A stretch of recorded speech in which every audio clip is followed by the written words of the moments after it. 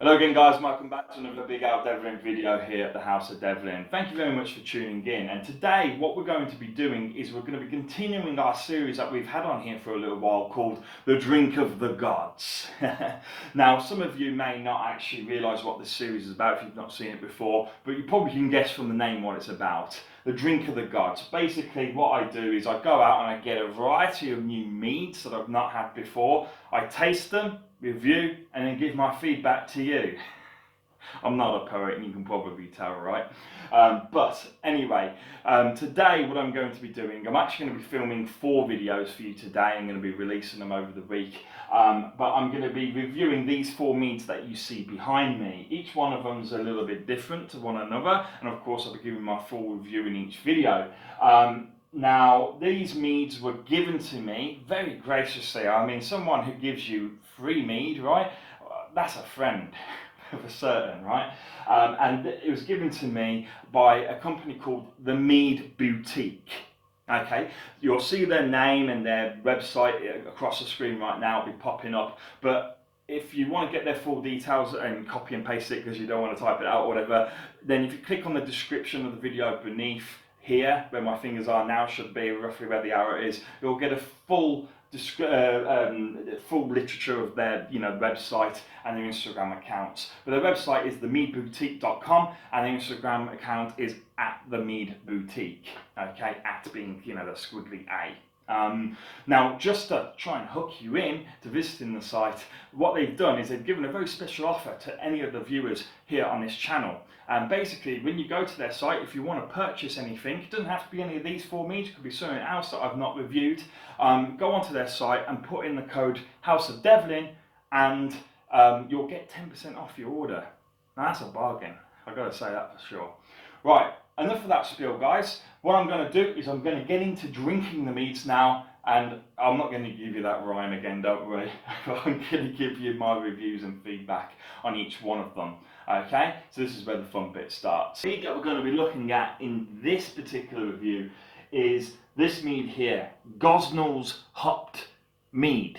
Okay, so I'm going to show you this. This may be a mead that if you've drank mead before, you may be a little bit more familiar. They're very popular actually. They do a variety of different meads, including draft mead. It's great, isn't it? Having make mead on draft, but also bottles and cans. Now, this particular format will be going into cans soon, so this is probably one of the last few bottles around, but it doesn't matter. The contents will be the same. They'll just be in cans instead. So it's a little bit more portable, a little bit more convenient in that sense. So if you go onto the website where this is supplied, as I say, the Mead Boutique, then just bear that in mind that if you see a can, don't worry, it's not a different product. It's exactly the same. And they do a range of different meads, but this is the one that we're going to be looking at today, the hopped mead. Okay. Now, as I say, it's the Gosnells is a company and a meadery over in South London. So it's British-made mead, and it is actually flavoured with a variety of a blend of 3 hops essentially, and supposedly it gives it a bit more of a kind of a drier taste as a result, is what you'd expect by adding hops into it. And I've heard that it has a kind of almost elderberry or floral kind of taste to it to some extent. So obviously that's what I've heard about it, but don't let that ever kind of cloud your judgment, so to speak. The proof is in the pudding, and when we crack this baby open, I'll be able to give you a full review. And really, I think that's really time to go into it. There's not so much to say. Obviously, other than just basic appearance, it's in a brown glass bottle at the moment. We'll be moving into can format, so I can't tell you about the look of what's inside. But I'll hold it up to the light. It's kind of got, yeah, you can tell it's got hops in it. It's got that a little bit cloudier aspect to it than what you normally expect from a more traditional mead, so to speak. Again, I know appearances can be deceiving. Okay, but on the outside you can tell that this company takes pride in their work. The label itself, it really feels expensive, if that's what I can say. You can tell that they've invested in the materials on the outside. So hopefully, with good knowledge and that kind of attention to detail on the outside, they can put the knowledge and attention to detail on the inside. We'll have a cracking good mead here. So let's crack it open and have ourselves a nice tipple. Oh, and one last thing, guys, just before I crack this open, I forgot to mention that this is actually a sparkling mead. Now, I didn't even know sparkling meads existed, right, up to today, when I first saw these. And I must admit, they sound really nice. And it kind of makes sense, doesn't it? I mean, mead, is basically honey wine made out of honey rather than grapes. And so as a result, if you have sparkling wine, aka champagne essentially, then of course you should be able to have a sparkling mead. So it's nice to see that they're being done. I don't know how recent an innovation this is, but I've never ever heard of it before. So I'm really looking forward to seeing what this is like. Okay, so let's crack this open, and why I'm hesitating is as soon as I crack this open, I want to give this a good sniff, because remember guys, taste largely comes from actually a sense of smell. If you want to try this as an experiment, go out, eat something, drink something, and then do the same but with your fingers over your nose kind of thing. You'll notice all of a sudden you can't taste as much. So what I'm going to do, as soon as I crack this open, I want to give it a good old smell, sense the aroma, and then go from there. Okay, so here we go.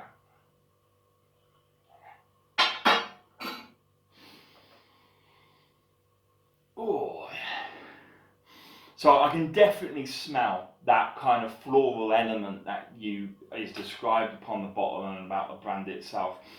You can definitely, it smells definitely like elderflower. Okay, and you can also the hops is not as obvious or evident as when I tried the Boozy Bees, which was my first mead that I tasted out of this little review sample. The hops is definitely not as, or that kind of ale-like or beer-like kind of smell that you get from those kind of drinks. Definitely isn't as present, even though, as I said, there's a blend of 3 hops in here. There's an overriding, as I say, floral element, which I do believe is elderflower. Okay, now here we go then. First impressions, let's have a sip, we'll talk about it, let the kind of taste mature in the mouth, have a second sip, hey, if it feels really good, have a third, and then of course we'll use the horn just to see, where my drinking horn that is, and see how that goes. So here we go, first one.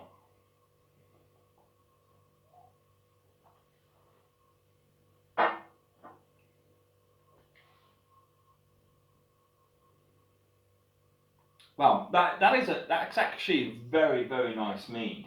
I've never really had many a lot of British alcohol it can be made from elderflower, elderflower wine and stuff like this. You don't tend to get it much elsewhere, mostly British sort of productions. So it's not something I'm that familiar with, but I should become more familiar. It's actually quite nice. Now, I would say that, let me have another second night just before I talk.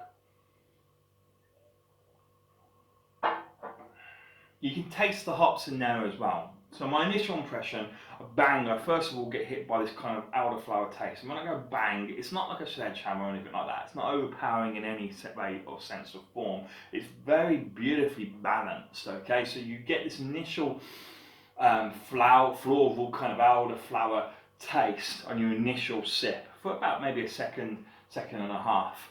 And then you get that kind of hopsy taste that follows it. It's a really nice blend, to be honest. And what I would say is, if you gave me that, I don't know if I would actually be able to tell you that that's mead. And that's not a good thing or a bad thing, it's just down to preference. But there's not like an overriding honey taste, and it's definitely 100%, as a result, a very dry mead. That's for certain, because dry mead can sometimes be a little bit more harder to identify, obviously, than the sweet mead. Sweet mead's very obvious. It's got a very strong honey taste to it. Whereas dry mead, imagine basically a difference between a dry and a sweet mead. A dry mead is all the texture an experience that you get when you put honey in your mouth, but without the sweetness, without the taste being there, that traditional sweetness of the honey, but you get everything else but the sweetness. So actually, listening to my own words there, yeah, that is definitely mead. It definitely has that kind of honey feel to it, but without that sweet honey taste. So this actually is very easily drunk, like your sweet meads and that, maybe nice with, like a dessert, just like a dessert wine or anything along those lines, or in smaller quantities. Because this is so dry and has, as I say, that more floral aspect, which is actually very, as I say, delicate and balanced is the best way that I would describe it, with that kind of subtle, almost hops-like aftertaste, which is not that prolonged. The taste in my mouth kind of lasts 3-4 seconds, 5 at tops, right? So it's quite a short-lived taste. But as a result, that makes that very easy to drink. So, if you're looking for a drink, summer coming up and everything to have outside, and you don't want, your typical carling or anything along those lines, but you want something that you want a mead, but you want something quite easy to drink, then I would definitely recommend getting a Gosnells hot mead, because that is very, very easy to drink. Or, you're about to watch a sports game or anything along those lines, sit in front of the telly for a few hours. That is a nice drink to drink over a few hours, that is. Have a few bottles of them. That'd be a lovely experience. And it makes me want to drink more of it. That's what I will say is this is a very, very well put together, very intelligent mead. And I mean that because it is so delicately balanced. I've had dry meads before with flavourings added to them. And sometimes I find those flavourings to be too much, a little bit overpowering, and it detracts from what I like about mead. Yes, the texture, but some of the tasters, the texture and the sensation of mead, as I say, it doesn't have to have that sweet taste. I do like dry mead, but when you have an overpowering additional flavour, it can just take away everything that makes the mead. This is so delicately balanced, so precise is how I would describe it, that you can still tell it 100% that it's mead. As I say, when you kind of concentrate and thinking, I can feel the honey in my mouth, but I'm not tasting it. I'm tasting that floral aspect instead, but because it's quite subtle, that's beautiful. That's a really nice alternative to your traditional mead. So if you're looking for something a little bit more, when you're down the bar or the pub, as I say, outside or watching some sport, this is a really nice mead to try. Now, of course, the next thing to do will be to try it with my drinking horn. I do believe that mead, traditional mead, should definitely be tasted inside of a drinking horn, just like good old English tea should be drunk in fine china. But I must admit, from my experience with Boozy Bees, sparkling mead, I don't think really actually that applies to it. In fact, it's almost the opposite.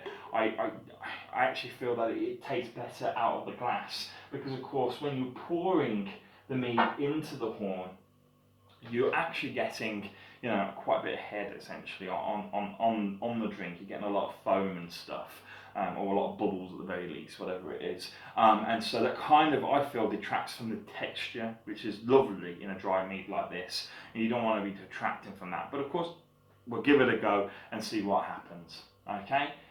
See what my impression is.